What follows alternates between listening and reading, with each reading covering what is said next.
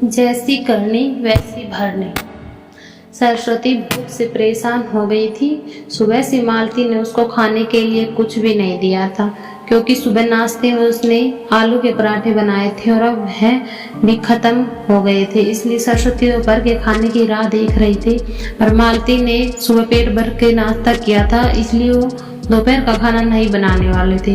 भूख से परेशान हो रही सरस्वती मालती के पास गई और बोली, बहू मुझे बहुत जोर से भूख लगी है, खाने के लिए कुछ दे दो।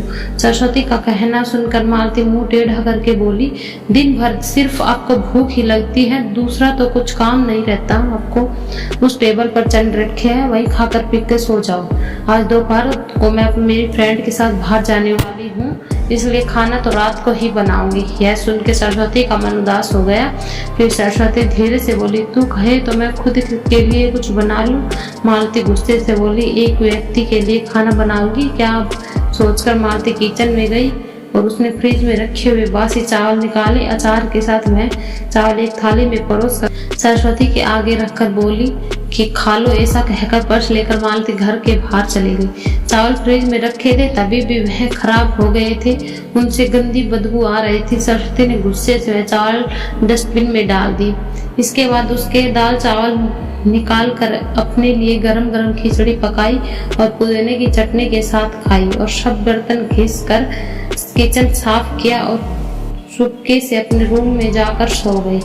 मालती ने भले ही खाना पकाने से मना किया था, पर यह घर उसका भी था, तो वह खुद का खाना खुद बना सकती थी। दूसरे दिन सुबह सरस्वती अपने रूम में बैठी थी, उतने में उसका बेटा रमेश उधर आया। बोला, माँ आजकल महंगाई बहुत बढ़ गई है, मुझे घर खर्च चलाना भी कठिन हो रहा है, ऊपर से पापा की 13वीं पर भी बहुत खर्च हुआ। माँ मैं सोच रहा हूँ कि एक रूम किराए पर दिया जाए, घर का किराया आने पर घर खर्च में थोड़ी मदद होगी।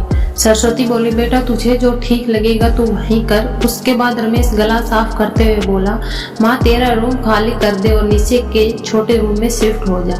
उस छोटे रूम में टॉयलेट और बाथरूम नहीं है तो उसे कोई किराए पर नहीं लेगा। सरस्वती चौंक गई और बोली, वह ये रूम छोटा है और वो तो स्टोर रूम है, मैं उधर रहूंगी तो टॉयलेट बाथरूम कैसे जाऊंगी?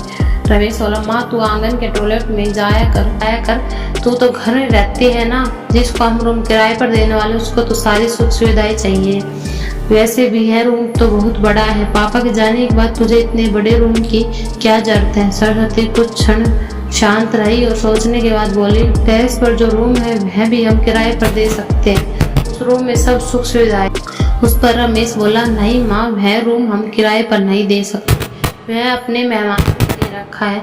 तुझे अच्छे से पता कि मालती के मायके वालों का आना जाना चालू रहता है, इसलिए एक्स्ट्रा रूम मेहमानों के लिए रखना पड़ता है। सरस्वती सब समझ गई थी। बेटे ने तो उसका ही रूम किराए पर देने का निर्णय लिया, क्योंकि वह बुढ़ापे में बेटे और बहू का आश्रित थी। इसलिए रमेश ने जो कहा उस पर सरस्वती ने ज्यादा विरोध नहीं किया। उसने अपना थोड़ा सामान लिया और छोटे रूम में शिफ्ट हो गई। तो पुराने छोटे रूम में उसका जी घुट रहा था, तब भी वह कुछ नहीं बोली। नया किराएदार आया, उस सब पहले जैसा चल रहा था। घर में आए किराएदार का नाम अशोक था, वह एनजीओ में काम करता था। हर रोज मालती और रमेश सरस्वती के साथ जैसा सलूक करते थे वह देखता था, वह देखकर उसको बहुत बुरा लगता था। धीरे धीरे सरस्वती अशोक को अपने बेटे जैसा मानने लगी। अशोक भी आते जाते सरस्वती का हालचाल पूछा करता था और उसका ख्याल रखता था। रमेश और मालती को सरस्वती से कुछ लेना देना नहीं था। मालती बचा हुआ खाना उसके थाली में रखकर जाती और बेटे तो उसकी तरफ देखता भी नहीं था। सरस्वती तो पहले ही समझ चुकी थी कि उसका बेटा अब पहले जैसा नहीं रहा, वह बदल चुका था। फिर भी वो आंखें बंद करके किसी पालतू पशु जैसे उस घर में रहती थी, क्योंकि बुढ़ापे में उसको दूसरा किसी का सहारा नहीं था। रोटी के 2 टुकड़ों के लिए उसको उनके सहारे रहना पड़ता था। कभी कभी सरस्वती को बहुत रोना आता था। सरस्वती अशोक को अपने मन की बात बताने लगी। उसने पति की मौत बेटे की लापरवाही से हुई थी, पर वो ज्यादा नहीं बोल पा रही थी। जब पति काम पर जाते थे तब घर में हम दोनों को बहुत मान सम्मान मिलता था। जब वह काम करने से असमर्थ हो गई तब रमेश को उन्होंने घर खर्च में मदद किया कर ऐसा कहा। यह बातें रमेश के मन को बहुत लगी। जब तक पति घर चला रहे थे। रमेश अपने पैसे बचा लेता था, पर अब शर्म से, मजबूरी से उसको घर चलाना पड़ रहा था। धीरे धीरे माँ बाप का खर्च उसको बोझ लगने लगा था, लेकिन स्पष्ट रूप से कुछ भी कह नहीं सकता था। इस बीच पति का स्वास्थ्य बिगड़ गया और वह चल बसे। डॉक्टर के पास जाने से पता चला कि उनको निमोनिया हुआ था।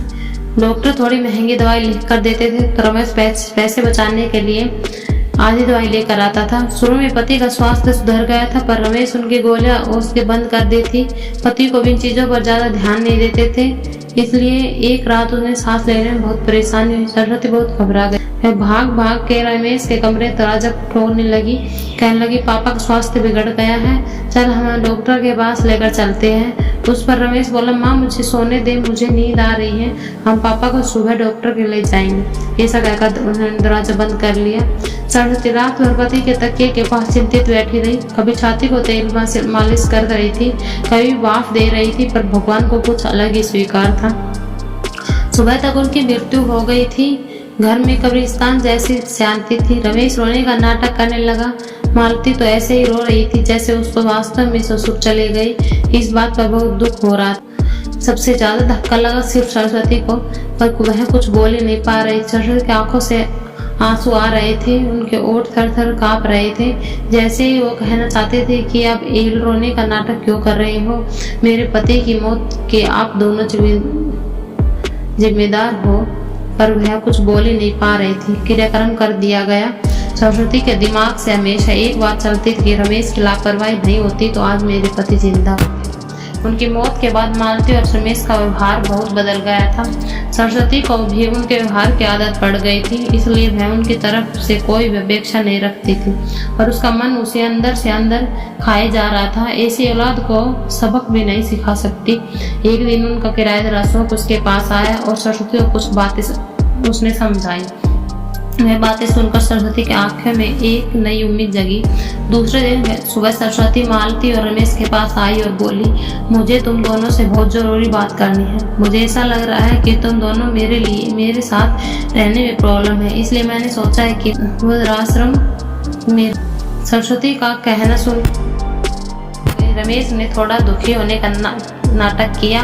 फिर थोड़ी देर में सरस्वती ने उन दोनों के चेहरे के हाव भाव देखे और बोली, रमेश तुझे दुखी होने की जरूरत नहीं, तुझे इतना खुश होने की जरूरत नहीं। मैं पहले मेरी सब बातें सुन लो। और सरस्वती हंसकर बोली, यह बातें सच्ची हैं कि वृद्धाश्रम में मैं रहूंगी, पर मैं इस घर से कहीं नहीं जाऊंगी। मैं इस घर को ही वृद्धाश्रम बनाऊंगी। अब यहाँ तुम्हारे जैसे स्वार्थी बेटे और बहू यहाँ नहीं रहेंगे, मेरे जैसे बूढ़े लोग यहाँ रहेंगे। ये मेरा आखिरी निर्णय है। यह सुनकर रमेश और मालती दोनों ही चौंक गए। रमेश और मालती एक दूसरे की तरफ देखने लगे। उन दोनों ने सोचा था कि सरस्वती घर छोड़कर चली जाएगी तो ये दोनों खुशी से रहे। अब उनको सरस्वती की जिम्मेदारी नहीं लेनी पड़ेगी, उनका ख्याल नहीं रखना पड़ेगा। पर इधर तो सब उल्टा ही हो गया। सरस्वती कहना सुनकर रमेश गुस्से से बोला, माँ तेरा दिमाग तो ठीक है ना, इस घर पर मेरा अधिकार है, फिर तू इस घर को कैसे वृद्धाश्रम बना सकती है? तू भूल रहा है बेटा, अभी तक ये घर मेरे ही नाम है। सरस्वती गुस्से से बोली, तुम दोनों ने मुझे बहुत परेशान किया है, छोटी छोटी बातों पर मेरा अपमान किया है, बीमारी के वक्त भी मुझ पर ध्यान नहीं दिया, खाने पीने के लिए भी मुझे बहुत तरसाया। तेरे पिताजी भी मुझे छोड़कर चले गए। अगर मैंने कठोर निर्णय नहीं लिया तो मेरा भी वही हाल होगा जो तुम्हारे पापा का हुआ था। इसलिए मैंने सोचा है बेटे के झूठ प्यार के जाल में फंसने से अच्छा है मैं अपने बारे में सोचूं। रमेश घुटने पर आकर बोलने लगा, माँ मुझे माफ कर दो, अब हम दोनों तेरा अच्छे से ख्याल रखेंगे, तेरा कभी भी अपमान नहीं करेंगे, पर तू इस घर को वृद्धाश्रम मत बना। माँ थोड़ा सोच कर तो देख हमारा क्या होगा। सरस्वती ऊंची आवाज में बोली, मैंने और तेरे पापा ने तुझे अच्छे संस्कार दिए, फिर भी तूने सिर्फ तेरे परिवार के बारे में ही सोचा, हमारा नहीं। फिर मैं तेरा कैसे सोचूं? तू मेरे परिवार का सोच, मेरी चिंता मत कर और जल्दी से जल्दी इस घर छोड़कर चला जा, क्योंकि इस घर में अब अच्छे लोग रहने आ रहे हैं। इतना कहकर सरस्वती अपने रूम में चली गई। रमेश और मालती शांत सरस्वती को जाते हुए देखते ही रह गए। सरस्वती ने अपने जैसे बूढ़े लोगों को अपने घर में आश्रय दिया। अशोक की मदद से वृद्धाश्रम अच्छे से चलने लगा। दोस्तों, आजकल के लड़कों ने बूढ़े लोगों के साथ गैर व्यवहार किया तो बूढ़े लोग भी कठोर निर्णय ले सकते हैं। Thank you. ऐसी कहानी पढ़ने के लिए हमारे चैनल को सब्सक्राइब करें।